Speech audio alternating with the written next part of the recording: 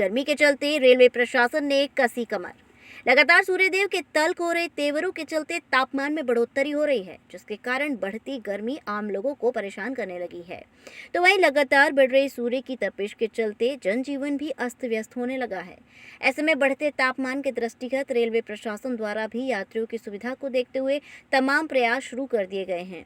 वैसे तो रेलवे प्रशासन के अनुसार 1 अप्रैल से गर्मी का मौसम प्रारंभ होना माना जाता है, लेकिन मई माह के शुरू होने के बाद अब सूर्यदेव के तेवर और भी अधिक तल्ख हो गए हैं, जिसके कारण रेलवे के यात्रियों को भी काफ़ी परेशानी उठानी पड़ रही है। ऐसे में रेलवे प्रशासन द्वारा जहां यात्रियों की सुविधा के लिए सभी वाटर कूलर और प्याऊ को दुरुस्त कराए जाने के निर्देश जारी कर दिए गए हैं, तो वहीं रेलवे स्टेशन परिसर में एवं प्रतीक्षालय में सभी पंखे, कूलर और एसी को भी दुरुस्त करा दिया गया है। वहीं गर्म हवा से बचाव के लिए और यात्रियों को राहत प्रदान करने के चलते रेलवे स्टेशन प्रांगण में पानी का छिड़काव भी करवाया जा रहा है। सर, गर्मी का मौसम शुरू हो चुका है और शासन के द्वारा हीट वेव के भी अब निर्देश जारी कर दिए गए हैं। जल्दी हीट वेव की चालू हो जाएगी और लोगों को ज़्यादा परेशानी न हो, इसके दृष्टिगत मथुरा जंक्शन पर किस तरह व्यवस्थाओं को अमली जामा पहनाया जाए, क्या निर्देश जारी किए हैं? देखिए, गर्मी के दिनों जैसे कि 1 अप्रैल से ही हम लोग मानते हैं कि गर्मी की शुरुआत को मान लेती है रेलवे। और जैसे अप्रैल का महीना आया, सबसे पहले मेरी प्राथमिकता रही कि यहाँ पर लगभग 10 तो वाटर कूलर लगे हुए हैं।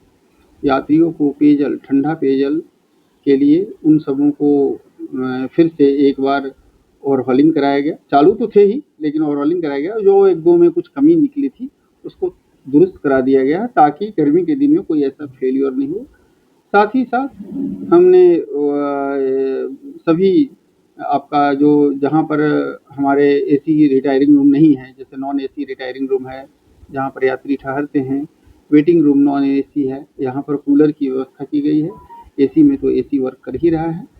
तो ये सब सारी व्यवस्थाएँ की गई हैं और हो सकता है कुछ दिनों में हम लोग थोड़ा-सा जैसे गर्मी बढ़ेगी तो स्काउट एंड गाइड की टीम को भी बुलाया जाएगा और उनके द्वारा भी मटके का ठंडा पेयजल का वितरण कराया जाएगा। उसके अलावा सर, पेयजल को लेके है क्या निर्देश जारी, क्या व्यवस्था कर रही है? पेयजल के लिए सारे, चूँकि गर्मी में पानी की खपत ज़्यादा बढ़ जाती है, अतः इलेक्ट्रिकल एवं हमारी इंजीनियरिंग IOW की टीम को निर्देशित कर दिया गया है, कोई भी पंप हमारा खराब नहीं हो।